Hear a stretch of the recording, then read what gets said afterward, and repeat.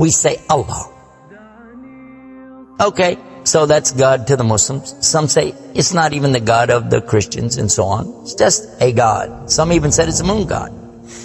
But let us now look at the linguistic of the word Allah. It in itself is the beauty of Islam. Because the word in Arabic doesn't mean God. Just in case you thought it did, it doesn't. Because we have a word in Arabic for the word in English, God. It's called Ilah. Ilah, God. God, Ilah. That's the word. But when we speak about the one and only God, the one that's to be worshipped, the God of Adam, the God of Abraham, and the God of Moses, God of Jesus Christ, peace be upon him, and the God of Muhammad, peace be upon him, we're talking about essentially the only God that's worthy to be worshipped. No other God. Now, what would be the proof for this? I realize that we have a lot of detractors who will say, no, that's not true, I don't believe it. Let's get a proof from the English translation of the Bible. That's a good place to start. Around the earth, there are many hotels and motels. And almost every one of them that you go to, there's a drawer beside the bed that when you open it up, you'll find a book in there and you'll take it out. Now, what is that book? And you already know the answer. It's the Bible. It's the Gideon publication of the King James Version of the Bible. The Gideons are very proud of it because they've translated it into so many languages. If you'll turn a few pages right in the beginning, you'll find examples of the translation to Chinese and Korean and into Urdu, the language of Pakistan. You'll find it into Tamil. You'll find it translated into Afrikaans language, which happens to be the first. And the second language translated to is Arabiya, Arabic. And there is an example of each one of these languages from the verse in the Gospel of John, chapter 3, verse 16. And you know it very well. For God so loved the world. That's how it begins. And if you look in the Arabic language, the example that they gave in that Bible, it says Allah. Allah. That's what it says. For Allah so loved the world. So if it's not the same God, then why? All over the entire earth, everywhere I go, I find this exact same word being used in the Bible of the Christians. Now you might say, what about the Old Testament? Well, just in case you would like to check it out, you can obtain a copy of this from our website. It's called The Beauties of Islam. Let me spell it out for you. It starts with B, beautiesofislam.com. Go there and see for yourself. The example is right there. Page 1 of the book of Genesis, of the very beginning of the Quran. Page 1 has 17 verses. And there's the word Allah. Alif, Lam, Ha, 17 times. So just as it's the God for the children of Israel in Arabic language, and it's the God for the Arabs who are Christians, it's also the same God for the Muslims. The word is Allah. Why Allah? Why is it important to have this particular word, and why don't we have it in English? Now, I want to come to the etymology of the word. It comes from the word Ilah, and Ilah means God. But God is defined as what? Anything that's worshipped, whether it be something you can see or you don't see. Something you can touch or not touch, something that you can hear or not hear. A God could be anything. A God could be a rock, a stick, a stone, a bone. A God could be something that you can make with your hands. A God can be something you could use your imagination for. It could be a human being. A God could be anything. G-O-D, God could be anything.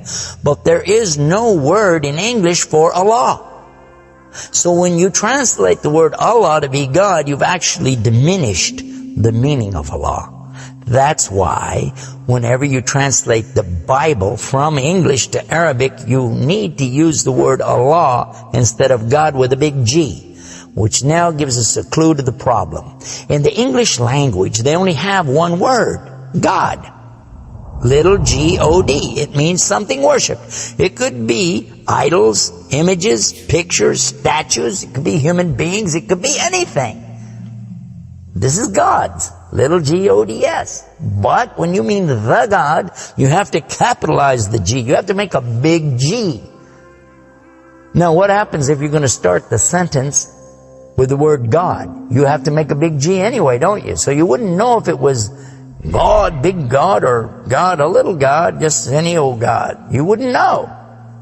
Also, whenever you're speaking to someone, they can't see the letters. So when you say God, which God? What God are you talking about? In Arabic, though, it's clear. When you say Ilah, okay, he's talking about a God. And Allah is an Ilah. But he's also Al-Ilah, the only Ilah. And when you say Allah, this firms it up. And there's no doubt in anybody's mind that you're talking about the one and only God. The word Allah in the Arabic language cannot be made plural. There can't be more than one. Okay, that perfectly fits the unique God of the believers, because there's not more than one. He's only one. There's no God beside God. Second point is this: it can't be made female or male. There's no gender to the word. In Arabic, all the words have gender. All words have gender. But this particular word is only having gender because of the Arabic language, not because Allah has gender. I'll give you an example. It always says like Allahu. This means Allah, He is. But when we say He, it's out of respect for Allah, because Allah is without gender, because He's not like His creation. Not male, not female. Additionally, we find that the examples in Quran, for instance, when Allah is talking about Himself, you'll find it says Nahnu. Nahnu means we. And Allah refers to Himself as Nahnu. He also says khalaqna. He says khalaqna. What does that mean? He's saying that we created. And throughout the Quran you find Allah referring to Himself as we, our, and us. And right away you're going to say, okay, if that's not plural, then what is? In fact, this is the royal we used by a king or a queen when they're giving decrees. We have it in English too, so you can understand. The king says, we decree the following, and he's talking about himself. It's the royal we. Now, I thought about this quite a bit, and I was trying to think, how could I give a better example? After all, most of us, myself included, never met a king, never met a queen, and so I'm not really familiar with that usage. Although it's there, I'm not sure what you're talking about. So then in studying the English language, we find that it's true that we do that when we speak to someone directly. Watch this. When I say, for instance, this cup. Okay. I would say, this is a cup. This is a cup of tea. I would say, this book is. I would say, those artifacts are. Those are. This is. These are. So I'm saying is and are. Did you catch this now? These things are. This is. Now when I speak to a human being, how do I do this? Well, I will say, you guys, all of you are. All of you are. A-R-E. But when I speak to somebody directly, do I say you is or you are? I will say you are. Why? Simply because this is the respect, honor, and dignity that I'm giving. There's no plural there. When I say to you, you are my friend. You are a lovely person. But why am I saying are? Why aren't I saying is? You is my friend. You is a lovely person. You'll say, man, this guy doesn't know English language.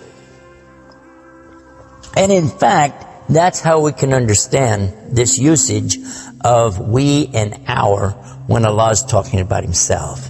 This is the same as when I say I. I don't say I is, I say I am. And again, it's to show the, not plural, but rather the specific nobility, dignity, and honor that you give to the one who's speaking about himself and to the one he's speaking to. And in the same way, that's exactly what Allah is doing when He says nahnu and khalaqna and other examples throughout the Quran. So now what we've learned is that Allah's name itself is the perfect name for Allah.